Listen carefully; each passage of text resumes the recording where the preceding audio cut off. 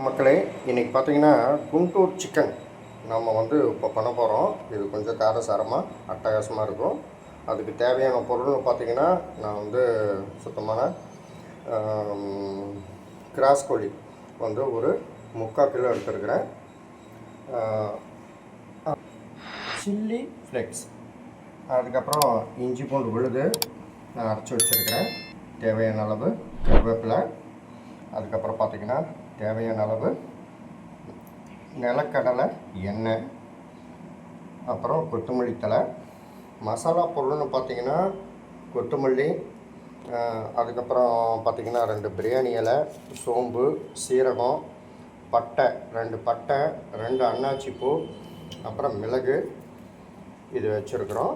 இது கூட 12 வரமிளகா, ஒரு 2 பெரிய சைஸு வெங்காயம் நல்லா பாருங்கள், இது மாதிரி நறுக்கி வச்சுருக்கிறேன்.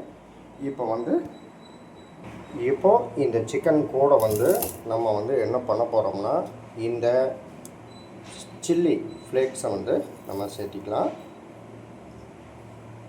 சேர்த்திட்டு தேவையான அளவு உப்பு எடுத்துருக்கிறேன், இதையும் நம்ம சேர்த்திக்கலாம்.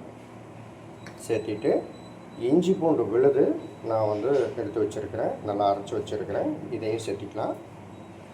இப்போது இது எல்லாத்தையும் நல்லா மிக்சிங் பண்ணிடலாம். இப்போ இது எல்லாத்தையும் ஏகம் படுறாப்பில் இது எல்லாத்தையும் நல்லா மிக்ஸ் பண்ணிடலாம். நான் பார்த்திங்கன்னா தொடப்பீஸில் தான் எடுத்துருக்கிறேன். நீங்களும் தொடப்பீஸில் எடுங்க. செஸ்ட் பீஸ் எடுத்திங்கன்னா கொஞ்சம் கறி ரப்பராக வரும். இது பிராய்லர் இல்லை, இது கிராஸ் கோழிம்பாங்க தமிழ்நாட்டில், அதாவது அசல் கிராஸு, அதை நான் எடுத்துருக்கிறேன்.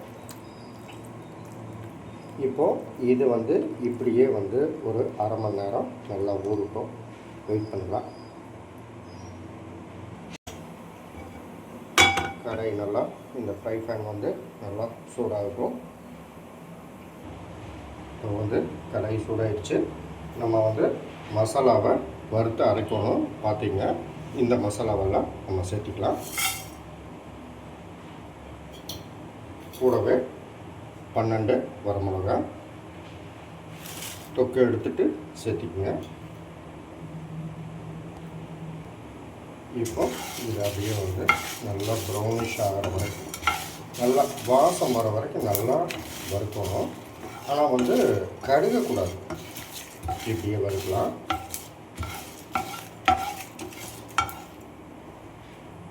பார்த்திங்கன்னா இப்போ நல்லா வறுத்தாச்சு, நல்லா மனம் வருது. இதை அப்படியே ஸ்டவ் ஆஃப் பண்ணி நம்ம எடுத்துக்கலாம். இப்போ ஒரு தட்டில் இதை அப்படியே ஆரம்பிச்சிடலாம்.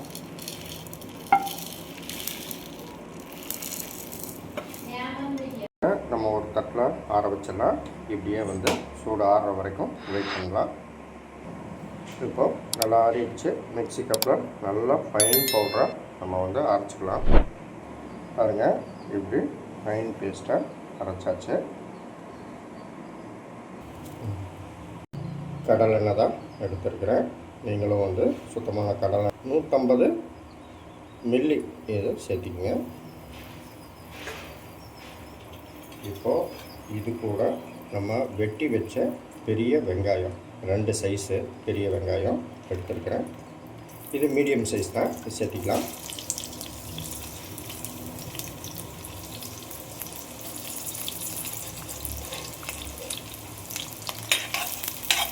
இதை நல்லா வதக்கிக்கலாம்.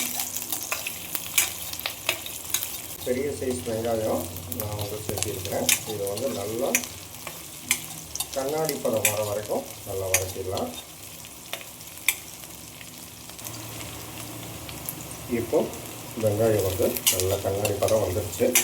இப்போ இந்த ஸ்டேஜில் நம்ம ஒரு 3 கொத்து கருவேப்பிலை சேர்த்திக்கலாம்.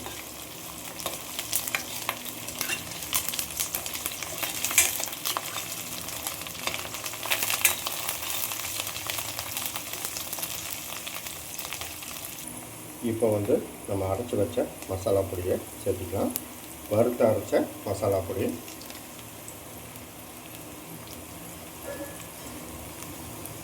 இதை வந்து நல்லா மிக்ஸ் பண்ணிடலாம்.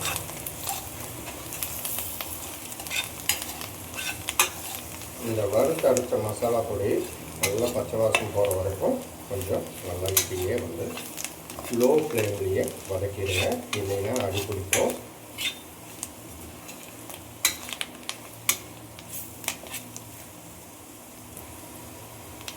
ஃப்ளேமை லோ பண்ணி இப்படியே வந்து வதக்குங்க. இப்போ நல்லா வதங்கிடுச்சு.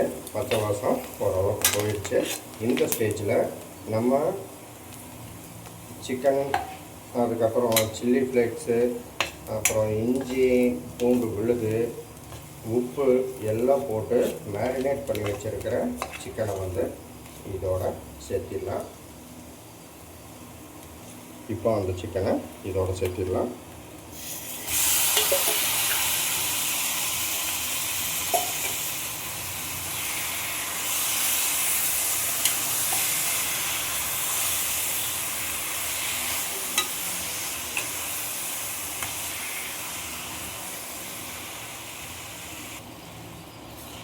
இது வந்து நல்லா சிக்கன் வந்து இந்த மசாலா பொடியோட வெங்காயத்தோட நல்லா கோட்டிங் ஆகிற அளவுக்கு இப்படியே வந்து நல்லா மிக்ஸ் பண்ணிவிட்டு ஹை ஃப்ளேமில் வச்சிடலாம்.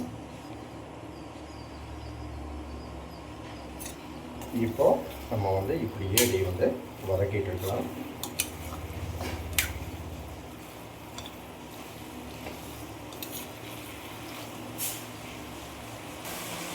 இப்போது ஸ்டவ்வை வந்து லோ ஃப்ளேம்லேயே வந்து இப்படியே நல்லா வதங்கட்டும். இதுக்கு நம்ம வந்து மூடி போட்டு மூடி வச்சிடலாம். இப்படியே வந்து ஒரு 10 நிமிஷம் நல்லா வேகட்டும். வெயிட் பண்ணலாம். இப்போது மூடி வச்சு 10 நிமிஷம் ஆச்சு. நம்ம திறந்து பார்க்கலாம். இப்போது இந்த ஸ்டேஜில் நம்ம வந்து இந்த கறி வேகிற அளவுக்கு தண்ணி சேர்த்திக்கலாம். இந்த எண்ணெய் பிரிஞ்சு வருது பாருங்கள், இந்த ஸ்டேஜில் தான் நம்ம வந்து தண்ணி சேர்த்தணும். அப்போ தான் வந்து மசாலாவெல்லாம் வந்து நல்லா கறியில் நல்லா இறங்கும். நான் வந்து உப்பெல்லாம் சேர்த்துல. அந்த வரமிளகாயை எல்லாம் நம்ம போட்டு இது கூட நல்லா வறுத்து அரைச்சி பொடி பண்ணினதை தான் வந்து இதோடு சேர்த்திருக்கேன். உங்களுக்கு வேணும்னா இது கூட வந்து நீங்கள் வந்து வரமிளகா ஆட் பண்ணிக்கலாம். இந்த ஸ்டேஜில் நம்ம வந்து தண்ணி தேவையான அளவு தண்ணி சேர்த்துக்கலாம்.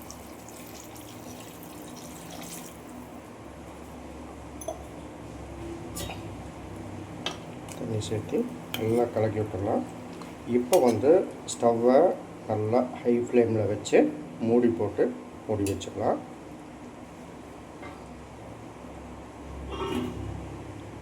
இப்படியே வந்து ஒரு 10லிருந்து 15 நிமிஷம் நல்லா குக் ஆகணும்.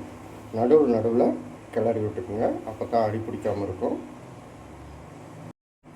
இப்போது நம்ம அப்படியே மூடி வச்சு ஒரு 10 நிமிஷம் ஆச்சு. நம்ம எடுத்து பார்க்கலாம்.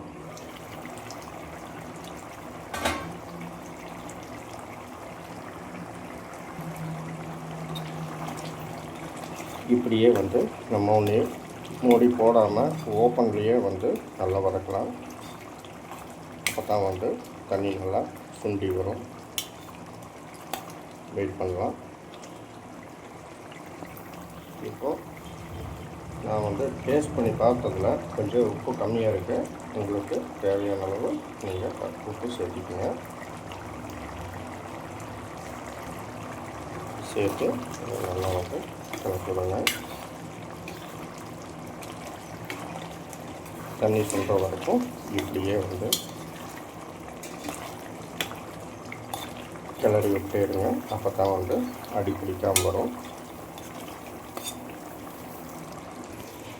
இப்போ பார்த்தீங்கன்னா குண்டூர் சிக்கன் கிரேவி தண்ணி எல்லாம் சுண்டி சூப்பராக ரெடி ஆயிடுச்சு. இந்த ஸ்டேஜில் நம்ம வந்து கொத்தமல்லி தலையை இது கூட சேர்த்திக்கலாம்.